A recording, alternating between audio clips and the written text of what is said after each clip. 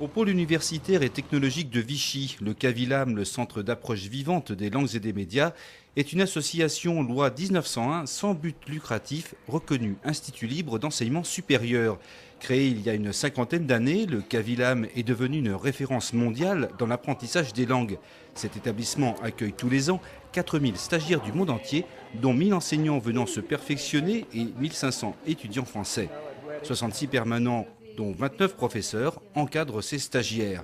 Le mercredi 27 juin, le président du Conseil général a rencontré la direction du CAVILAM, un moment d'échange et d'écoute pour mieux comprendre le fonctionnement de cet établissement. Écouter et d'échanger sur finalement des choses qui nous réunissent parce que vous avez, au travers de ce que vous dites, l'amour d'un territoire aussi. Le CAVILAM est devenu en une dizaine d'années un établissement de référence concernant l'apprentissage du français aux étrangers, ce qui représente 90% de l'activité. De 2,5 millions d'euros de chiffre d'affaires il y a 10 ans, le CAVILAM frôle aujourd'hui les 5 millions d'euros, un développement qui implique tous les collaborateurs. On est ici dans le cadre pratiquement d'une utopie réalisée, c'est-à-dire comment faire vivre et travailler ensemble des personnes de nationalités et de cultures différentes, comment aussi créer un univers de travail dans lequel on crée des relations de travail entre les salariés, l'organisation de l'institution, qui soient des conditions de travail, j'ai envie de dire, équitables. Outre ces cours, le CAVILAM intervient dans le cadre de missions à l'étranger. Il produit aussi une multitude de supports d'apprentissage des langues. Nous produisons effectivement des outils de communication et des outils pédagogiques à diffusion mondiale, en coopération avec TV5 Monde par exemple, avec Canal Académie ou d'autres institutions, Radio France Internationale par exemple. Le CAVILAM développe un certain nombre de méthodes pour apprendre et enseigner le français mais aussi les langues vivantes, et donc il nous arrive fréquemment d'être consultés pour faire des missions à l'étranger de façon à former des enseignants un peu partout dans le monde. Et pour les stagiaires venant à Vichy, 60% d'entre eux sont accueillis chez l'habitant grâce aux 350 familles d'accueil sur le territoire. Et ça représente, en ce qui concerne les étudiants étrangers, plus de 15 000 semaines stagiaires, 15 à 16 000 semaines stagiaires, ce qui équivaut en termes de nuitées sur l'agglomération entre 105 et 110, 120 000 nuitées. Plus qu'un simple accueil chez l'habitant, c'est ici une vraie démarche pédagogique. On parle tout simplement et donc l'élève là découvre à la fois la famille, la vie française au quotidien, mais aussi finalement la langue dans son contexte normal de communication.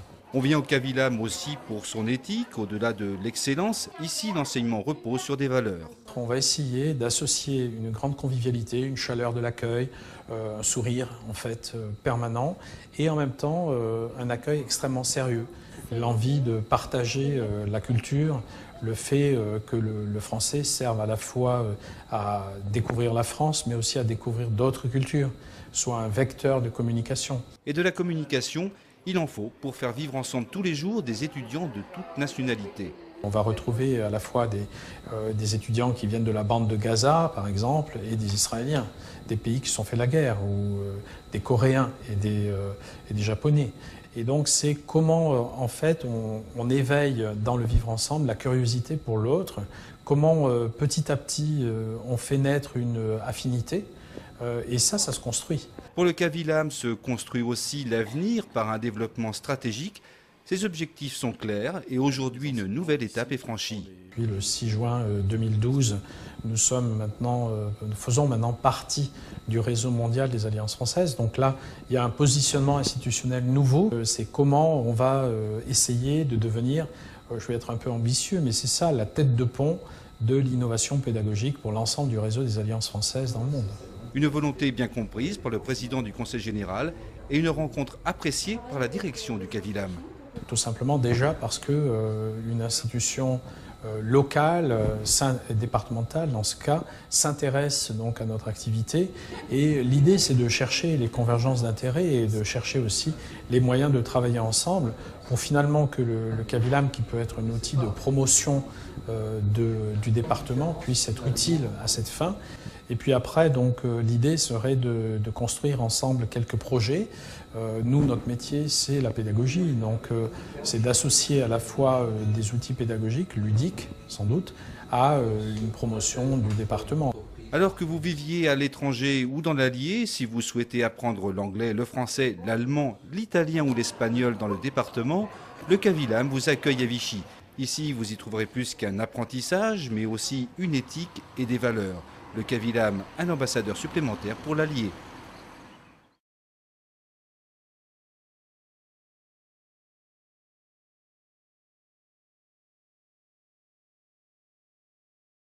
Et voici maintenant notre zoom dominical, cette fois direction l'Auvergne pour découvrir la ville de Vichy qui compte environ 25 000 habitants. Depuis la fin du 19e siècle, son centre important de thermalisme attire chaque année près de 26 000 curistes.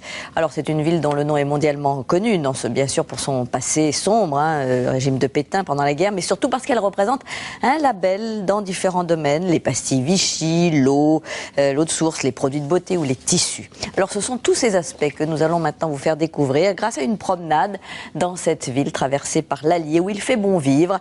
Napoléon III et l'impératrice Eugénie l'avaient bien compris dès le 19e siècle et ils ont d'ailleurs fortement influencé l'architecture de la cité comme nous le montrent Guillaume Frixon et Emmanuel Merle. C'est Mickaël. Vichy, une ville d'eau bercée par des courants architecturaux multiples. Épargnée par les bombardements lors de la Seconde Guerre mondiale, les façades de la cité thermale jouent le mélange des genres, avec ostentation. Immeubles d'inspiration vénitienne, flamande, néo-gothique ou encore orientale, avec cette coupole du centre thermal, bâti en 1903. Il y avait beaucoup de personnes couronnées des pays musulmans, comme des rois d'Égypte, le pacha, le sultan qui sont venus ici. C'était le centre thermal le plus grand au monde. Mais si un homme a façonné la ville de son empreinte, c'est bien Napoléon III. Comme avec ses chalets en bois, construits en bordure de parc, des demeures privées pour lui et sa suite impériale. Aujourd'hui, elles font office d'appartements, avec au sol du parquet, vieux de 150 ans. Les gens passent, entrent dans le jardin, ils sont les bienvenus d'ailleurs. Oui, on boit un café ensemble, oui, l'accueil vichysois. C'est vraiment un centre d'intérêt ici. C'est un centre d'intérêt. Et c'est justement dans un chalet en briques Napoléon III que Jacques de Corée a implanté son restaurant. Il y a 12 ans, il a été le premier restaurateur distingué du département. Depuis, il ne s'est jamais séparé de sa première étoile. On peut prendre l'exemple, une maison où j'ai travaillé, Trois Gros. Trois Gros, c'est où? C'est Rouen. Rouen, c'est où? Ah, c'est Trois Gros. Marcon, c'est où? Ah, Saint-Bonnet-le-Froid. Michel Bras, ah, c'est l'Aïole. Et donc, c'est vrai que les gens prennent un nom et le mettent sur une ville. Et dans la ville, justement, une église d'apparence ordinaire. C'est écrit en latin Imperator Napoleon Tertius, l'empereur Napoléon III, qui offre donc à la ville cette église sur ses propres deniers.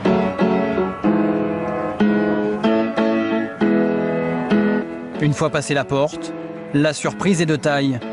Sur les vitraux, à côté du Christ, l'impératrice Eugénie a pris place, ainsi qu'un improbable Saint Napoléon. On reconnaît plus Napoléon Ier dans le vitrail que Napoléon III, dont on sait qu'il était plus émacié et qu'il avait la barbichette. Et ce n'est pas exactement Napoléon Ier, c'est celui qui lui ressemblait le plus et qu'on appelle Plomplon. Plomplon, autrement dit le cousin de Napoléon. Et à Vichy, les sportifs ne se font pas prier pour couler des jours heureux. Sous le soleil, les amateurs d'aviron glissent sur l'Allier. Le fleuve traverse la ville sur 6 km, loin des remous citadins. Et lorsque Paul donne de la voix, elles sont 8 à ramer, sans répit. On les stimule, on leur donne des conseils, on voit qu'elles ne rament plus avec les jambes, on les force sur les jambes, on voit plus qu'elles s'asphyxient, on les fait respirer, etc. Elles obéissent un peu? Ça dépend des jours. Il y a des jours avec et des jours sans. Et si les cris de Paul résonnent encore sur les bords de l'Allier, le calme absolu de l'opéra de Vichy contraste. Son style art nouveau fait de lui une exception en France. L'harmonie intérieure or et ivoire subjugue. Fier de le montrer, fier de le proposer aux artistes, fier tout simplement parce que c'est un lieu habité, c'est un lieu, vous le sentez, on est apaisé lorsqu'on entre là. Autre fierté locale, dans une ambiance bien moins feutrée. Son poids, 2,5 grammes, sa taille, 6 mm. Elle, c'est la pastille Vichy créée en 1825 comme médicament pour faciliter la digestion. Aujourd'hui, cette usine en produit 7 tonnes par jour. C'est 99% de sucre dans notre recette et ensuite c'est un bonbon qui est aromatisé. Mais c'est bon pour la ligne ça ou pas? C'est comme tous les bonbons, il ne faut pas en abuser. Et dans les rues de Vichy, abuser du shopping est facile, avec des commerces ouverts même le dimanche. À quelques pas des galeries couvertes, se dévoile une boutique à la nostalgie envoûtante. Une plongée dans le temps, où le carreau Vichy, rendu célèbre par Brigitte Bardot, est toujours à la mode. C'est un tissu qui est très coloré, qui est très symbolique. C'est un peu la Madeleine de Proust, hein, il rappelle tout un passé. Et quand il est associé à une modernité, il devient intemporel. Vichy souhaite préserver et choyer son environnement naturel pour une douceur de vivre au fil de l'eau. Et à propos de Vichy, on signale un magnifique livre de photos. Il est intitulé Vichy, invitation à la promenade aux éditions Lieu-dit. Et puis voyons aussi ce que ce matin les habitants de Vichy peuvent découvrir à la une de leur presse quotidienne régionale. À la une de la montagne, l'ouverture de la saison des parcs d'attractions, nous en parlions d'ailleurs le week-end dernier, mais aussi un gros plan sur la foire de Vichy qui se tient jusqu'à demain au Palais du Lac. C'est donc au XIXe siècle que Vichy est devenu un centre de thermalisme très important. Depuis lors, la ville est connue dans le monde entier pour les vertus de ses eaux de source.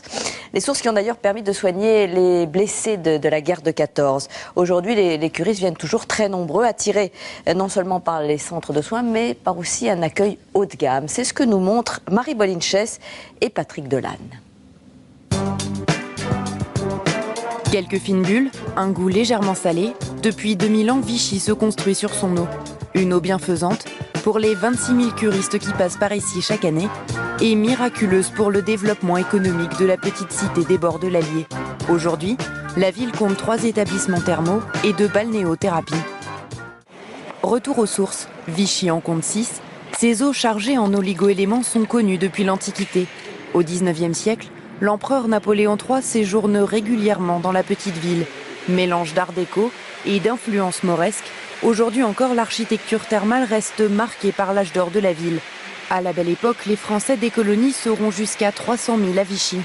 Il faut savoir aussi que le thermalisme a eu beaucoup de regain après la Première Guerre mondiale parce que beaucoup de gens étaient blessés et venaient se soigner, et d'où le démarrage de ce qu'on appelait la mécanothérapie et les problèmes de rhumatologie, qui étaient en fait pour les blessés de guerre.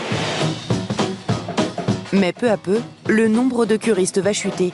De moins en moins prise en charge par la sécurité sociale, la cure Vichy gobelet à la main souffre d'une image un peu ringarde. Et je pousse et j'appuie, et je pousse et j'appuie. Et respire. Aujourd'hui, les curistes sont 10 fois moins nombreux qu'au début du XXe siècle. Pour attirer un nouveau public, il a fallu s'adapter.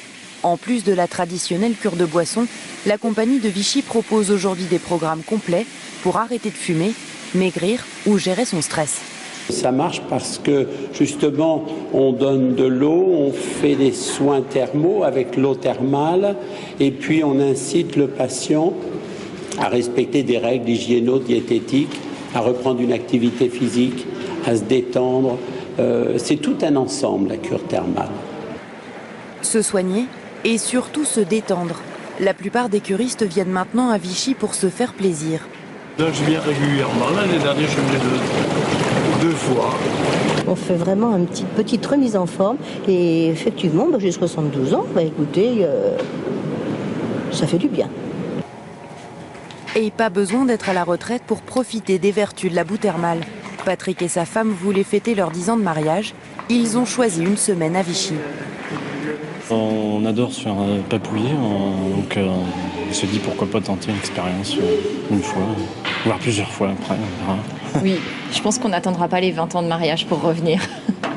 Et c'est pas ringard de venir ici? Non. Pourquoi ça le serait? Да, здравствуйте. Да, мы можем принять вашу резервацию. Au fil des ans, la réputation de la station a dépassé les frontières de l'Hexagone. Aujourd'hui, les curistes étrangers représentent un tiers des clients du Vichy Thermal Spa. Hôtel avec suite de luxe, séjours très personnalisés, des prestations haut de gamme qui ont convaincu Léa, une curiste luxembourgeoise qui vient à Vichy depuis 4 ans. Ici, on a un programme qui est vraiment bien organisé, qui est très sérieux. Et tout le cadre aussi, bon, oui, c'est très français aussi, et puis oui. Un art de vivre à la française qui attire plus particulièrement les Russes. Elena travaille dans la joaillerie à Moscou. C'est la 10e année qu'elle vient à Vichy.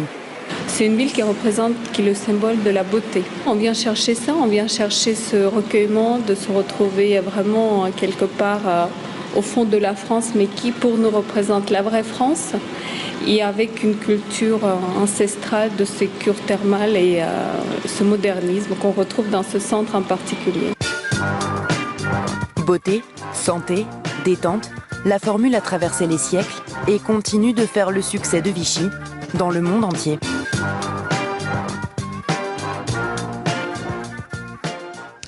On l'a vu, hein, Vichy est une ville chargée d'histoire et on ne peut pas oublier, même si ses habitants d'ailleurs préfèrent ne pas trop en parler, le régime du maréchal Pétain qui s'installa pendant la guerre de 40 sur les bords de l'Allier. Ce sont d'ailleurs les grands hôtels de cure qui ont hébergé pendant 4 ans à ce moment-là les ministères et les fonctionnaires. Un rappel et une évocation signés Michel Izard, Ludovic Ringeval et Fabienne Der-Stépanian. Il faut imaginer la scène, le 10 juillet 1940. Parmi les 670 députés et sénateurs réunis dans cette salle, seuls 80 votent non. Et l'Assemblée donne les pleins pouvoirs au maréchal Pétain. C'est une page triste qui se tourne. Là, on dit que la République meurt sur les marches de l'Opéra de Vichy. C'est un peu théâtral, mais c'était quand même ça. La naissance de l'État français va transformer la ville, comme en témoigne ce reportage d'époque. France Actualité a voulu conserver pour l'histoire le visage de cette ville où, entassé dans les hôtels, le gouvernement du maréchal travaille à refaire le pays.